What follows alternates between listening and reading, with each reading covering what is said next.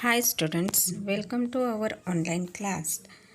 Now we are going to study the chapter number 8, Static Electricity.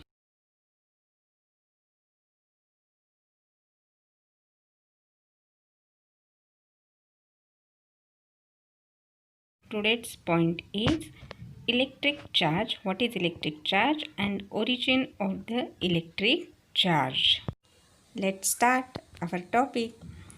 Look here this picture. First of all we see the what is electric charge. Okay. You do a practical that a plastic comb rub on dry hair attracts piece of paper. इथे म्हणजे आपण एक practical केलेलं आहे की तुम्ही कंगवा जो आहे तो आपल्या केसांवरती ड्राय हेअरवरती काय केलात घासलात आणि जेव्हा ते एखाद्या पेपरच्या पीसजवळ नेलात की ते पेपरचे पीस अट्रॅक्ट होतात. असं का होतं? किंवा काही वेळा काय होतं की आपण जेव्हा एजा करतो एका पॉलिस्टिक कर्टनमध्ये म्हणजे पडद्याजवळ पॉलिस्टरच्या पडद्याजवळून एजा करतो तेव्हा पॉलिस्टरचा पडदा आपल्या हाताजवळ अट्रॅक्ट झाल्यासारखा वाटतो. It gets towards attract towards the earth. Why it so? Okay.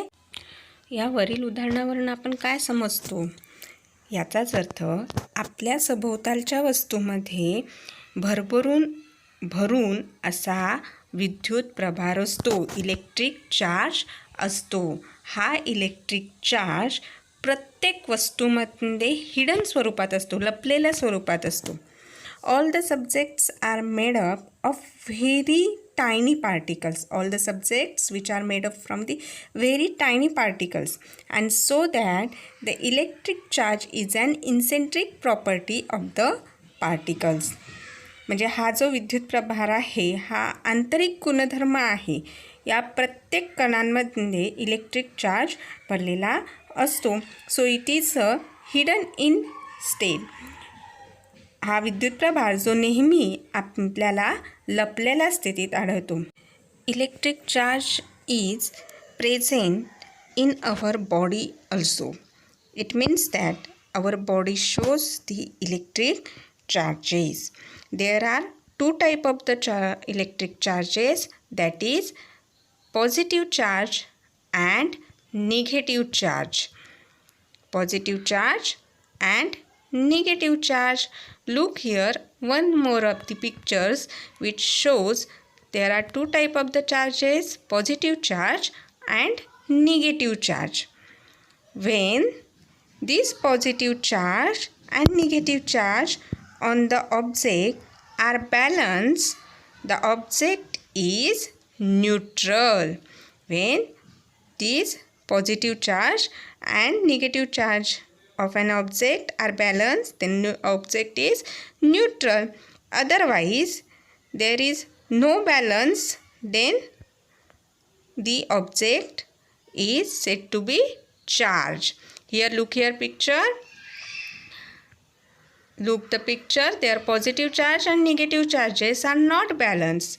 Therefore this object is said to be charged object. It means positive charge and negative charge are balanced, then it is a neutral, object is a neutral, and positive charge and negative charge not balanced, then the object said to be charged. Now one do a practical. Look here.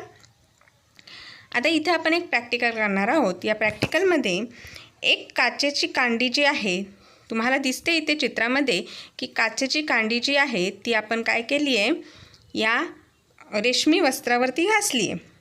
आता त्यामुळे काय होणार आहे? त्या फ्रिक्शनमुळे जो particles जे charge आहेत जे दोन्ही पार्टिकल्स चार्ज होतील आणि त्यामुळे small charge can be transfer from one object to another object. जेव्हा आपण ती काचेची कांडी जेव्हा आपण त्या रेशमी कापडावर घासू तेव्हा काय होणार आहे की दोन्हीकडचे चार्ज काय होणार एकावरून दुसरीकडे जातील आणि त्यामुळे दोन्ही वस्तू आहेत ते चार्ज होतील. आता काय करायचं आहे की आपल्याला ही काचेची कांडी एका दुसऱ्या कांडीला जी हवेत लटकून ठेवली आहे बघा, त्या कांडीजवळ न्यायची आहे. आणि त्या कांडीजवळ नेल्यामुळे काय होणार आहे बघा तुम्ही, काय होतं आहे ते, दोन्ही कांड्या एकमेकांपासून दूर जातात. दिसतंय ना तुम्हाला, दोन्ही कांड्या एकमेकांपासून दूर जातात. आता आपण दुसरा एक प्रयोग करूया. या प्रयोगामध्ये काय करायचं आहे, आता काचेच्या कांडीच्या ऐवजी आपण प्लास्टिकची कांडी घेणार आहोत. आणि ती प्लास्टिकची कांडी एका रेशमी कपड्यावर किंवा लोकरीच्या कपड्यावर घासणार आहोत. आणि ते टोक जसं पहिल्यांदा आपण हवेत टांगलेल्या कांडीजवळ नेलं, तसंच या प्लास्टिकचं कांडीचं टोक देखील हवेत काढलेल्या या कांडीजवळ न्यायचं आहे. आता काय होतं आहे बघा, बरोबर पहिल्या प्रयोगामध्ये एकच प्रभार असल्यामुळे दोन्ही कांड्या एकमेकांपासून दूर गेल्या. याचाच अर्थ की जेव्हा two rods carrying similar charges push each other away, this is called as the repulsion. Two rods which carrying the same charges, they are push away. This called as the repulsion. And in another condition, the two rods carrying opposite charges, so they are attracted. It means that repulsions and attractions is depends upon the charges, positive charge and negative charge. Now we are going to study origin of the electric charge. You know that all the substances are made up of tiny particles, and these particles are known as atom. All the substances are made up from the tiny particles, and this tiny particle is known as atom. Also we know that we study the atomic structure later. At this stage it is sufficient to know that each atoms contain a stationary positive charge and moving negative charge. म्हणजे आपण काय करणार आहोत की atomic structure जे आहे ते आपण नंतर शिकणार आहोत. पण आता आपल्याला एवढंसंच माहीत करून घेणं पुरेसं आहे की प्रत्येक अणूमध्ये म्हणजे ॲटम्समध्ये स्थिर असा पॉझिटिव्ह चार्ज असतो आणि जो चल म्हणजे मूविंग मोशनमध्ये जो निगेटिव्ह चार्ज असतो. आता हे दोन्ही चार्ज जे आहेत ते बॅलन्स असल्यामुळे ॲटम इज इलेक्ट्रिकली न्यूट्रल.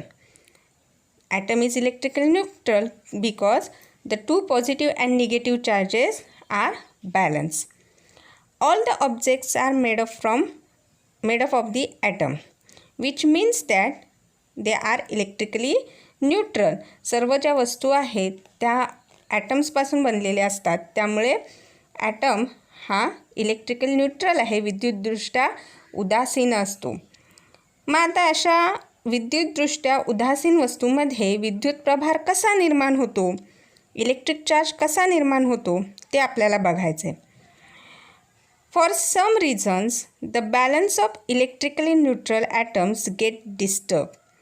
काही कारणांमुळे हे जो बॅलन्स ॲटम्स आहे तो डिस्टर्ब होतो, म्हणजे त्यांचं संतुलन बिघडतं.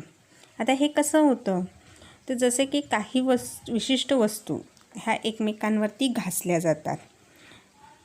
दोन वस्तू एकमेकांवर घासल्या जातात तेव्हा एका वस्तूवरचे जे निगेटिव्ह चार्जेस असतात त्या दुसऱ्या वस्तूवर जातात आणि ज्या वस्तूवरती ते निगेटिव्ह चार्जेस गेले ती वस्तू अतिरिक्त ऋण म्हणजेच निगेटिव्ह पार्टिकल्समुळे निगेटिव्ह चार्जेस होते आणि ज्या वस्तूवरून हे निगेटिव्ह पार्टिकल्स गेले ती वस्तू निगेटिव्ह पार्टिकल्सच्या कमतरतेमुळे पॉझिटिव्ह चार्ज बनते. अर्थात घासलेल्या दोन्ही वस्तूंपैकी एक पॉझिटिव्ह चार्ज तर दुसरी निगेटिव्ह चार्ज बनते. ओके, म्हणजेच दोन्ही वस्तू ह्या धनप्रभारित आणि ऋणप्रभारित होतात. याचाच अर्थ वस्तू घासल्या गेल्यामुळे पार्टिकल्सची देवाणघेवाण होते आणि त्यांच्यावरती चार्जेस निर्माण होतात.